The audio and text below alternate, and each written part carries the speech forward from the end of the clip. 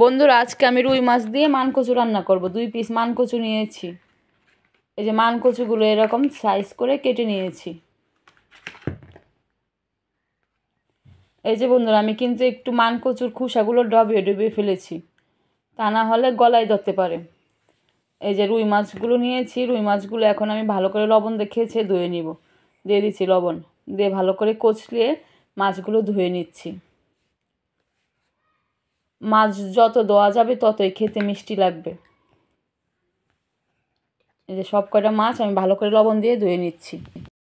এই যে বন্ধুরা, কচুগুলো আমি সিদ্ধ বসিয়ে দিয়েছি, আম পাতা দিয়েছি সঙ্গে। একটু আম পাতা দিয়ে সিদ্ধ করে ফেলে দিলে গলায় ধরবে না।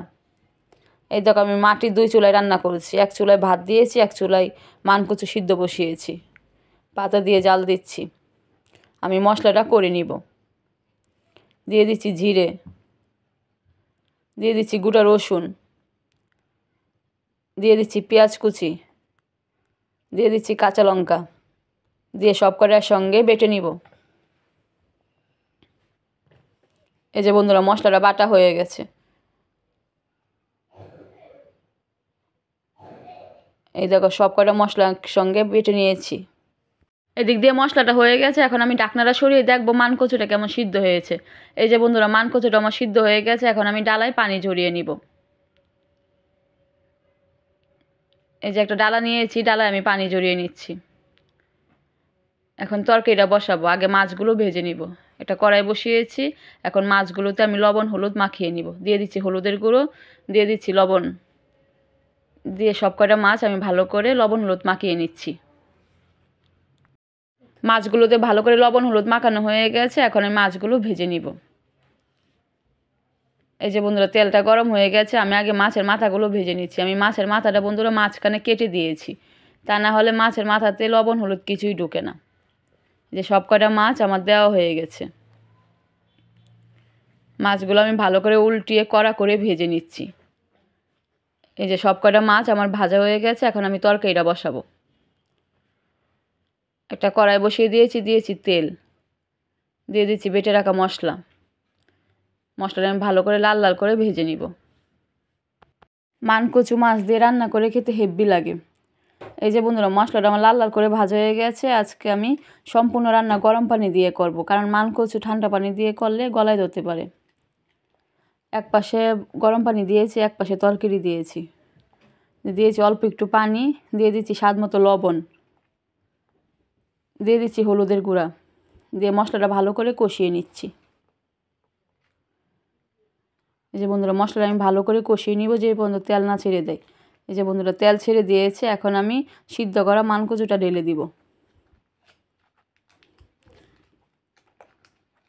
এই যে এখন আমি ভালো করে মশলার সঙ্গে কচুটা কষিয়ে নিব।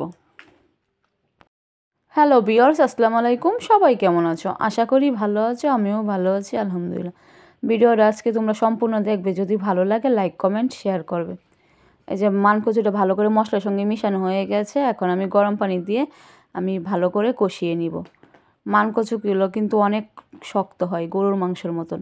ভালো করে কষিয়ে নিতে হয়। আজকে আমি সম্পূর্ণ রান্নায় তোমার গরম পানি দিয়ে করব। এই যে অল্প একটু পানি দিয়েছি। এখন আমি আরও 10 মিনিট ঢেকে রান্না করব। এই 10 মিনিট পর ঢাকনাটা সরিয়ে দেখছি যে মানকচুগুলো ভালো একদম গলে গেছে। এখন আমি আর একটু ভালো করে কষিয়ে নিচ্ছি। মানকচুগুলো অনেক সুন্দর করে গলে গেছে। এখন আমি জলের পানি দিয়ে রান্না করে নিব। দিয়ে দিচ্ছি জলের পানি। এই যে বন্ধুরা, ফুটন্ত পানি দিয়েছি তো দেখো টকবক হয়ে ফুটছে। আমি আজকে সম্পূর্ণ রান্নায় গরম পানি দিয়ে করেছি। এই যে একটু নেড়ে চেড়ে ডেকে 2 মিনিট ফুটিয়ে নিব।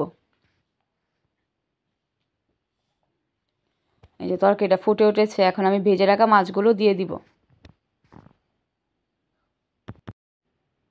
সব কয়টা ভেজে রাখা মাছ দেওয়া হয়ে গেছে। এখন আমি আর একটু নেড়ে চেড়ে 5 মিনিট রান্না করে নামিয়ে নিব। এই যে বন্ধুরা, ডেকে দিচ্ছি। 5 মিনিট পর ঢাকনাটা সরিয়ে দেখবো তরকারিটা কেমন হয়েছে। এই যে বন্ধুরা, তরকারিটা হয়ে গেছে। ঝোল আর কমাবো না, নামিয়ে নিব। এই যে বন্ধুরা, তরকারিটা নামিয়ে নিয়েছি। এখন তোমাদের একটু ভাতের সঙ্গে মেখে দেখাবো তরকারিটা কেমন হয়েছে। এই দেখো বন্ধুরা, মানকচুটা একদম গলে গেছে। বন্ধুরা, আজকে আমি মানকচু সিদ্ধতে আম পাতা দিয়েছি বলে তরকারিটা একটু কালো কালো দেখা যাচ্ছে। তোমরা কে কে মানকচু দিয়ে মাছ দিয়ে রান্না করে খেয়েছো অবশ্যই আমাকে কমেন্ট করে জানাবে। ভিডিওর আজকে এ পর্যন্তই। তোমরা সবাই ভালো থাকবে, সুস্থ থাকবে। আবার দেখা হবে নতুন কোনো ভিডিওতে। আল্লাহ হাফেজ।